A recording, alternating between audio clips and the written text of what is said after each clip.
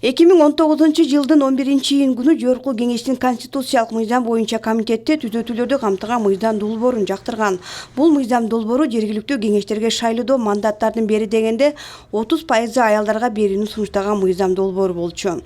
Коомчулук аял затынын саясаттагы орду бийик экендигин ар дайым айтып келет. Квоталар берилип жатат аялдар үчүн дагы, бирок мен ойлойт элем, албетте 50% берсе жакшы болмок. Себеби дегенде коомдо аялдар зор күч деп, кайсыл жерде болбосун аялдар азыр аткарып аткан иштери же болбосо башка маалыматтар боюнча аялдар көп эсе жүрөт, бирок тилекке каршы баягы депутаттыкка келгенде ушу азыраак болуп калып атат да. Мен ойлойм, сөзсүз түрдө ушул шайлоодо көбүрөөк аялдарды алып барышыбыз керек. Буга чейин байкоонун жүрүшүндө аялдар шайлоого талапкер катары көп катышпай турганы аныкталганы белгиленет.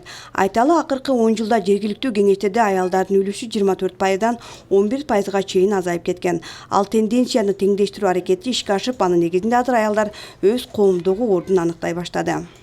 Мен ушу аялдар көбүрөөк болсо заманыбыз оңолобу деген ой менен айтып атам да. Себеби аялдардын укугу кандай корголуш керек, жаш балдардын укугу кандай корголуш керек. Себеби эне деген бул баланы көбүнчө атага караганда, мырзаларга караганда аялдар көбүрөөк мээримди берип, көбүрөөк мындай балага көбүрөөк акыл үйрөтүп келебиз да.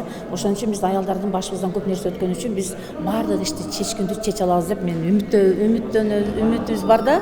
Алдыда Жогорку Кеңештерге депутаттарды шайлоо күнү. Борбордук шайлоо комиссиясынын мүчөсү Кайрат Маматовдун белгилөөсүндө бул жолку шайлоодо аялдарга өзгөчө орун берилген. Бул шайлоодо эми партиялык система менен 30%, минимум 30% квотирование каралган. Бул жерде анан ошо шайлоо өткөн күндөн кийин ошо саясий партия мисалы 10 мандатка ээ болуп калса, ошо 30% квота менен ошо добушуна карабас, канча көбүрөөк алдыбы, азыраак алдыбы же албай калса дагы ошо айымдар үчүн ошо 30% квотирование каралган да. 10 мандатка ээ болуп калса саясий партия 3-6, 9-ошо айымдар болот да. Ошол себептен саясий партиянын курамында дагы айымдар бар. Шайлоо күнү өткөндөн кийин дагы биринчи ошо мандаттарды бөлүштүрүү процессине киришкенде ошо айымдардын арасынан бөлүнөт да.